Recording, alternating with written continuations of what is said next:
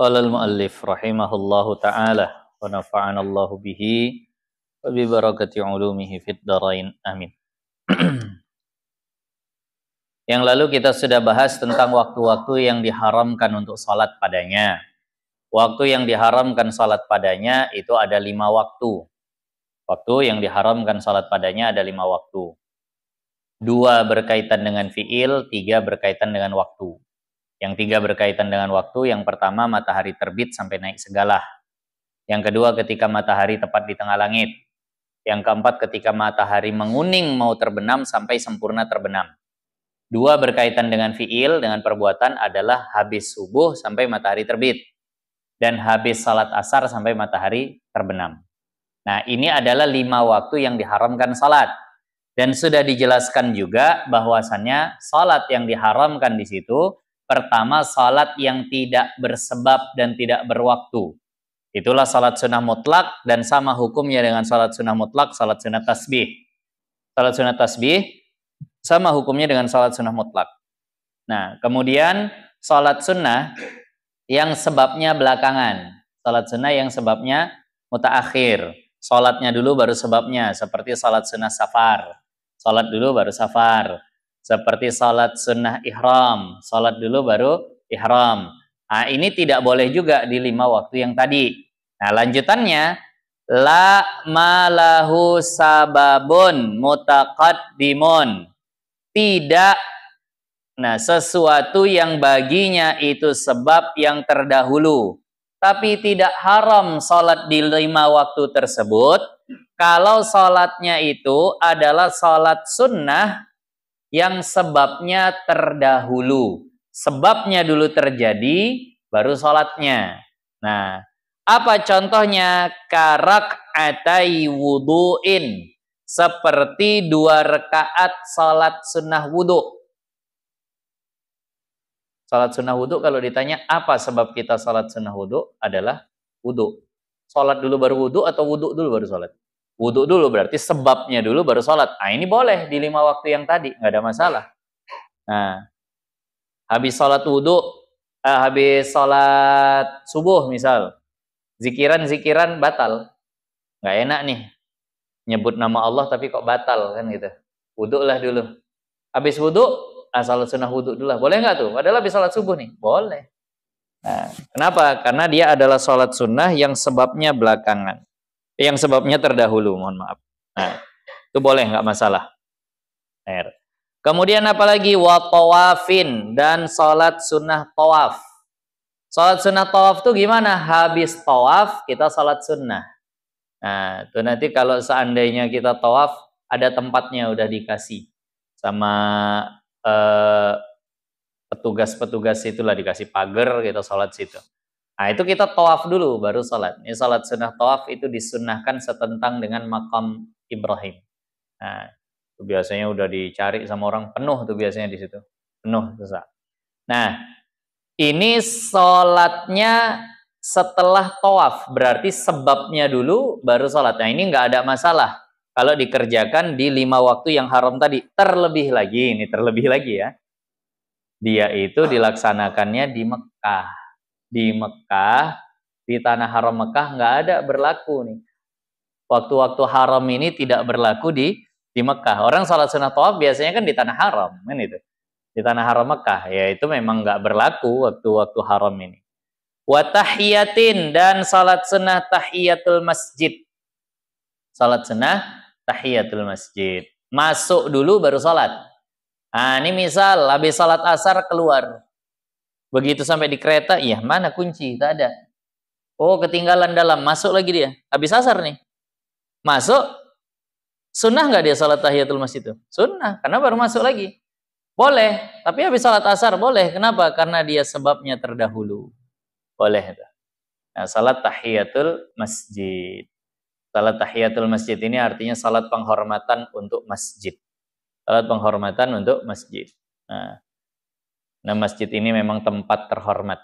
Nah, kalau kita nggak sempat untuk salat tahiyatul masjid, karena pengajian dah mulai misalnya, atau karena lain-lain hal lah, nah, maka dalam kitab At-Taqrirat As-Sadidah sebagai pengganti daripada salat tahiyatul masjid yang tidak kita kerjakan adalah membaca al-baqiyatus salihat 4 kali. Subhanallah, alhamdulillah, wala ilaha illallah, Allahu akbar. Baca 4 kali, maka itu dianggap sebagai badal, pengganti dari salat tahiyatul masjid.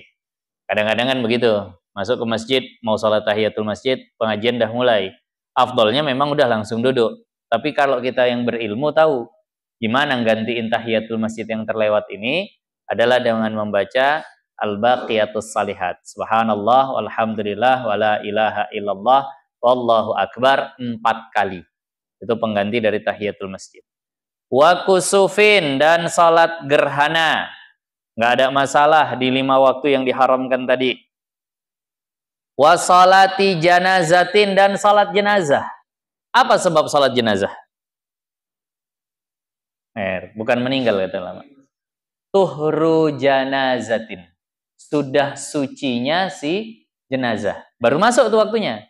Nah, kalau jenazah tuh belum dimandikan, belum masuk waktunya. Berarti mandi atau suci dulu jenazahnya, baru sholat. Nah, jadi sebabnya masuk waktu sholat jenazah itu adalah sucinya jenazah. Jadi nggak sah untuk mensolatkan jenazah yang belum dimandikan. Kalau mensolatkan jenazah yang sudah dimandikan tapi belum dikafani, sah nggak?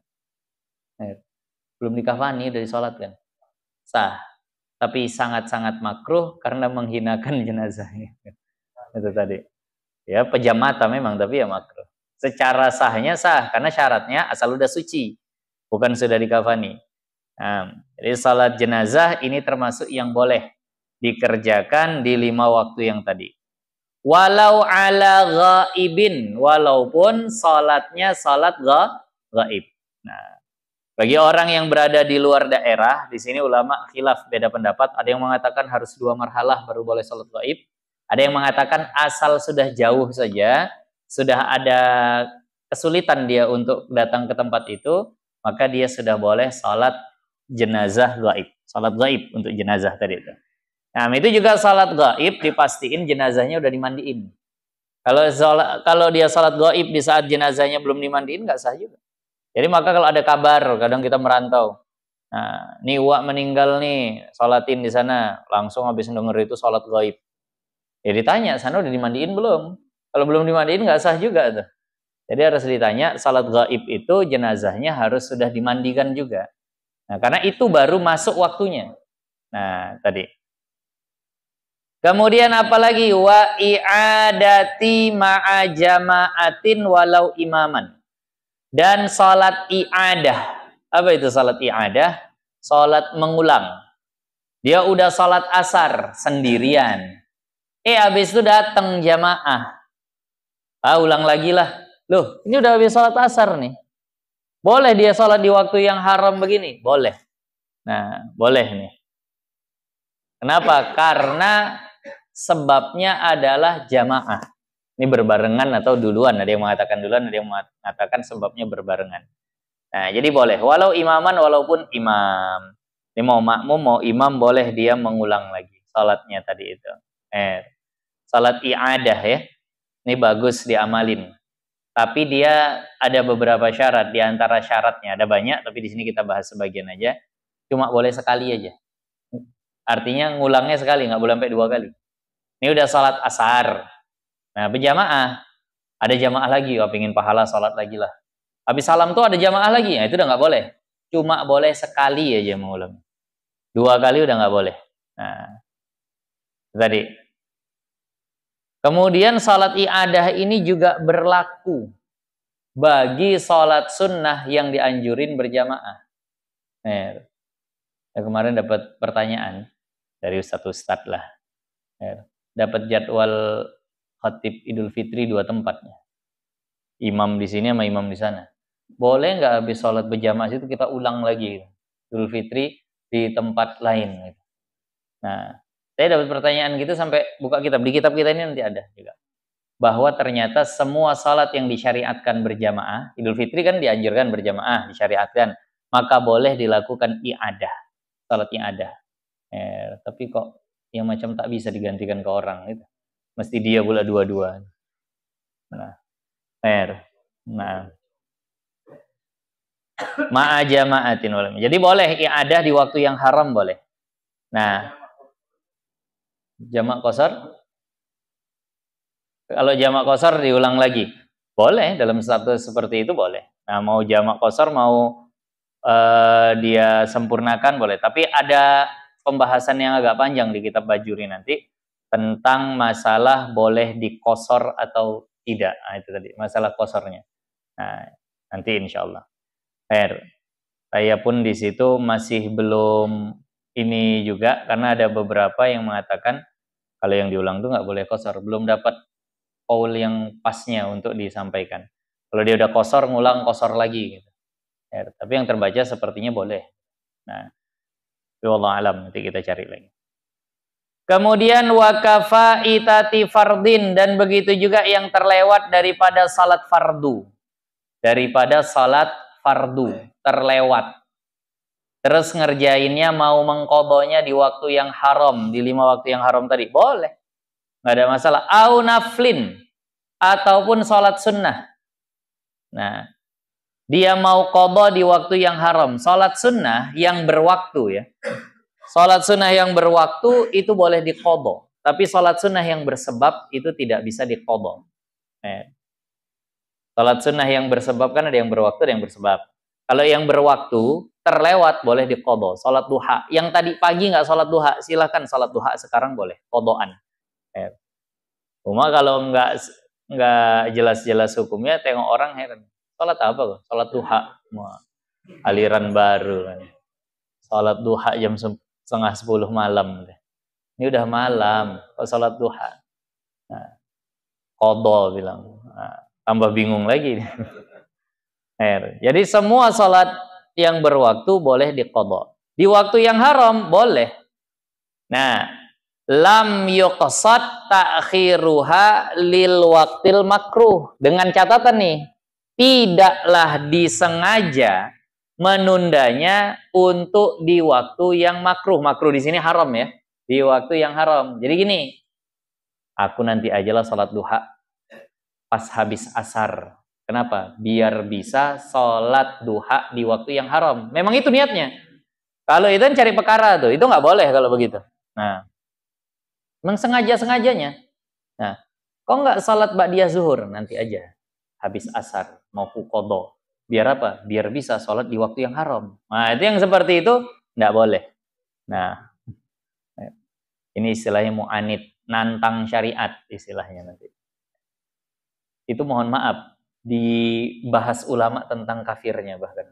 Kalau seperti itu. Sampai dibahas ulama tentang kafirnya orang yang sengaja-sengaja nantang syariat tadi itu.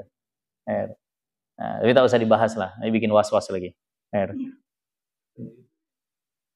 Dibahas oleh ulama, tapi banyak yang mengatakan tak sampai seperti itu. Nah, jadi penentangan-penentangan seperti itu agak hati-hati memang ulama membahasnya. Ada yang memang langsung menghukumi kafir. Seperti orang yang ketika dengan terang-terangan menyatakan tidak suka kepada syariat. Niatnya memang membenci, bukan sekedar di lisan tapi dalam hatinya memang membenci. Nah. Liyaqdiyahu fihi, supaya dia mengqadhanya di waktu itu, yang nggak boleh. Au yudawimu alaihi, atau mau terus-menerus seperti itu. Artinya dia tiap sholat ba'diyah zuhur itu terus-menerus mau dia lazimi untuk mengqadhanya setelah asar, itu juga nggak boleh seperti itu.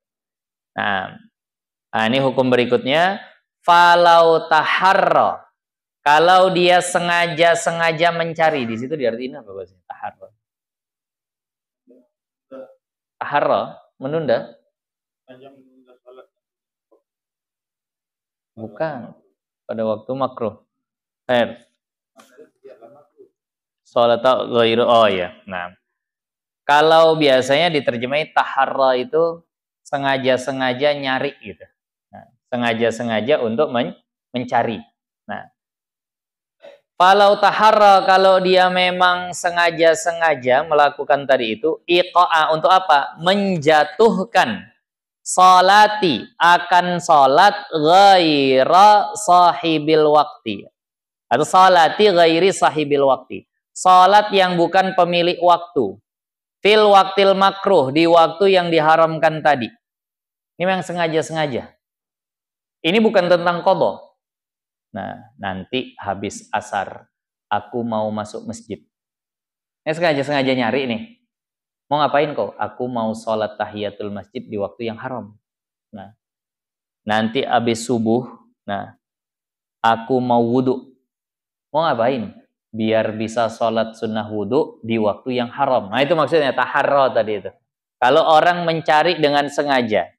Nah, supaya bisa sholat di waktu yang makruh, tapi bukan si pemilik waktunya. Kalau si pemilik waktunya, contoh, aku nanti ajalah sholat asarnya di saat matahari sudah menguning. Kalau itu nggak masalah. Kenapa? Karena memang asar adalah pemilik waktunya. Ini yang bukan pemilik waktunya. Nah, min haitsu kaunuhu makruhan.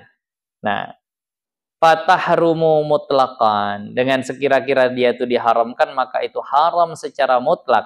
Wala tanaqid, maka dan tidak sah. Nah, walau faitatan, walaupun sholat itu sholat qadha, sholat yang terlewat, yajibu qadha'uha fauran, yang wajib diqadha segera. Kau qadha lah sholat-sholatmu yang udah terlewat. Iya nanti. Kapan? Habis asar. Kenapa? Biar bisa aku sholat di waktu haram. Padahal sholat qadha nih. Tapi memang dia sengaja-sengaja dengan niat supaya bisa sholat di waktu yang haram tadi itu. Ini nggak sah juga. Walaupun sholat itu sholat yang wajib diqadha dengan segera. Apa tuh sholat yang wajib diqadha dengan segera? Yang ditinggalkan tanpa uzur. Nah, kenapa? Li'annahu, karena dia mu'anidun li syar'i, menentang syariat, ngebandel sama syariat, sengaja nentang syariat.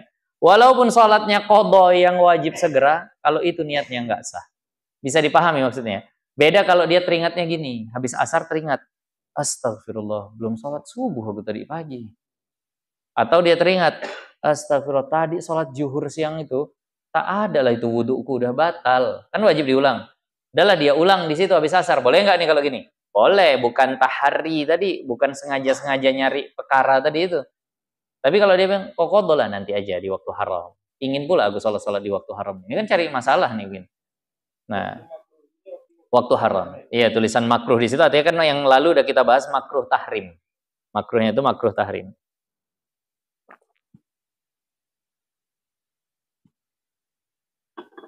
Jelas nih ya, pembahasan sampai sini jelas. Nah, di sini ada tambahan. Nah, tambih. Nah, di sini ada tambahan di apa ya? Di kitab I'anatut Talibinnya. Ini saya sampaikan sedikit. Mahallu hurmati salati fil awqatil madhkurati fi ghairi biq'atin min biqa'i harami Makkah. Nah, haramnya salat di waktu-waktu yang diharamkan tadi itu kalau bukan di tanah haram Mekah. Nah, al-masjid wa ghairi, baik di Masjidil Haram ataupun di luar Masjidil Haram yang masih dalam batas tanah haram. Karena ada hadis nih. Ya bani Abdi Manaf la tamna'u ahadan tafa bihadzal bait wa shalla ayata sa'atin sya'a min lailin aw naharin. Kata Rasulullah, wahai bani Abdu Manaf, jangan kau larang orang tawaf di sini dan silahkan mereka salat kapanpun mereka mau. Nah, jadi ini adalah khususiyah kota Mekah. Khususiyah kota Mekah. Nggak ada waktu haram. Nggak ada waktu makruh tahrim kita salat. Mau salat mutlak habis subuh pun boleh. Mau salat mutlak habis asar pun boleh. Kalau Madinah gimana? Enggak. Ini hanya khusus haramu Makkah. Hanya khusus untuk kota tanah haram Mekah. Nah, habis tentang syarat sah salat yang keempat, yaitu masuknya waktu. Ma'rifatu bidukhulil waqti. Kita tambah sedikit saja. Wa khamisuha, dan yang kelimanya daripada syarat sah salat, istiqbalu ainil qiblah, menghadap ke ain kiblat. Menghadap kepada ain kiblat. Ini syarat sahnya salat. Ngadep kiblat. Nah, apa itu kiblat? Kiblat kalau secara bahasa artinya arah. Kiblat secara bahasa artinya arah. Nah, ai al-Ka'bah. Kiblat itu adalah Ka'bah. Secara bahasa Ka'bah itu adalah sesuatu yang nonjol, meninggi. Rata, kemudian ada yang nonjol. Itu secara bahasa namanya Ka'bah. Polisi tidur itu Ka'bah secara bahasa. Secara bahasa. Makanya bahasa Arabnya mata kaki ini apa? Ka'bain. Kenapa? Kaki rata tiba-tiba dia nonjol gitu. Nah, secara bahasa. Secara syariat ya itulah Baitul Atiq ya. Ka'bah yang udah maklum sekarang. Nah, ini wajib. Ayatnya bunyinya kita udah sering tahu bersama, fawalli wajhaka syatral masjidil haram. Fawalli wajhaka syatral masjidil haram.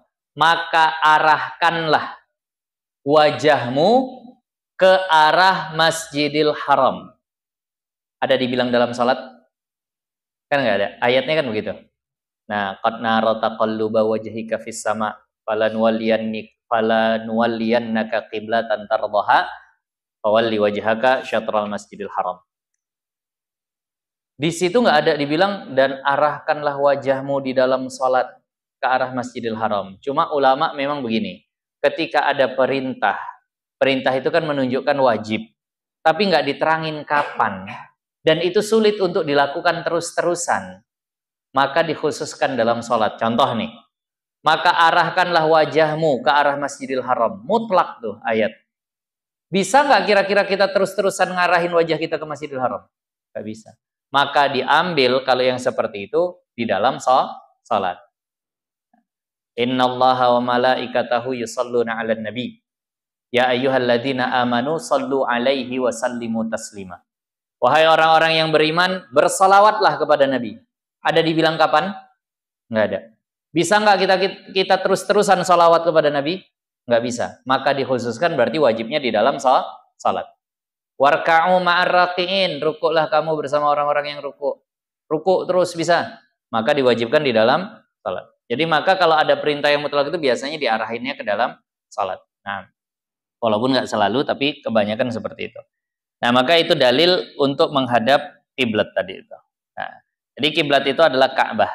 Nah, bis sadri. Nah, dengan dada. Ngadap kiblat itu pakai dada, bukan pakai wajah. Bukan pakai wajah. Nah, jadi pakai dada. Makanya kalau ada orang sholat nengok ke kanan, nengok ke kiri, nah, tapi pakai kepala aja, batal nggak salatnya? Nggak batal. Nah, tapi ini pernah ditanya sama Sayyidah Aisyah. Sa'alat Aisyatu an iltifati fis salah. Sayyidah Aisyah pernah nanya kepada baginda Nabi tentang menoleh kanan, noleh kiri ketika sedang salat. Kayak anak-anak. Nah, pantang ada bergerak, tengok, itu balik lagi nih. Sayyidah Aisyah pernah nanya sama Nabi, ya Rasul, itu kalau ada orang salat noleh-noleh itu gimana? Kurang lebih begitulah. Karena bunyi hadisnya, Sayyidah Aisyah bertanya kepada Nabi tentang menoleh di dalam salat. Apa kata Nabi? Nah, ikhtilasu minas syaitan. Nah, itu adalah pencopetan daripada setan. Jadi setan sudah mencopet, sudah mencuri sesuatu dari salatnya. Salat ini kan banyak pahalanya. Udah ada sebagian daripada pahalanya itu yang dicopet oleh setan. Jadi artinya kalau seandainya orang sholat noleh kanan kiri, pahalanya berkurang. Nah, bahasanya ikhtilas. Ikhtilas itu nyopet gitu. Nah, jadi maka jangan nengok kanan kiri. Kalau dadanya yang berpaling, batal sholat.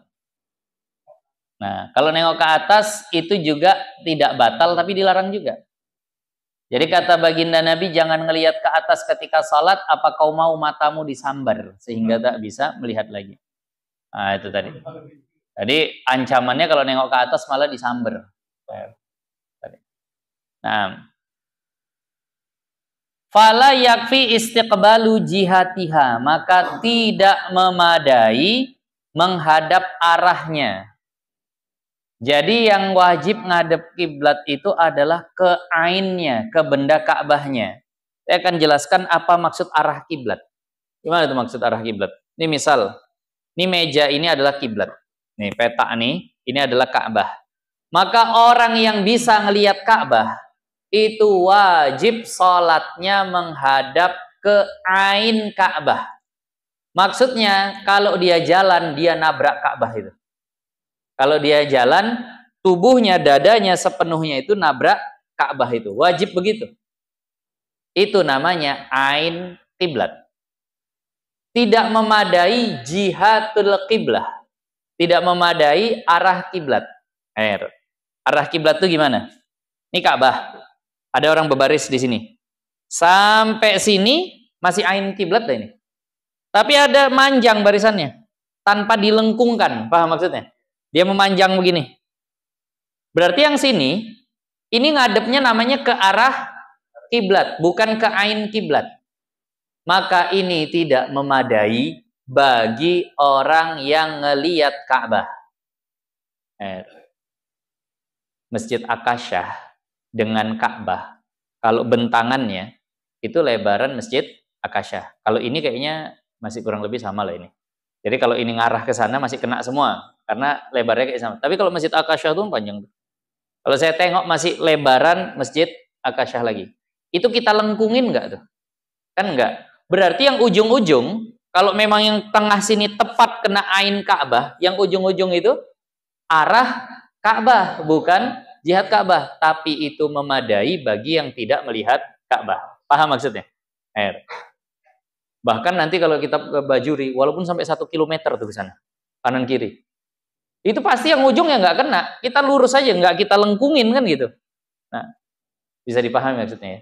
Nah, bagi yang melihat Ka'bah itu wajib ain Ka'bah. Bagi yang tidak melihat Ka'bah memadai jihadul Ka'bah. Nah, itu.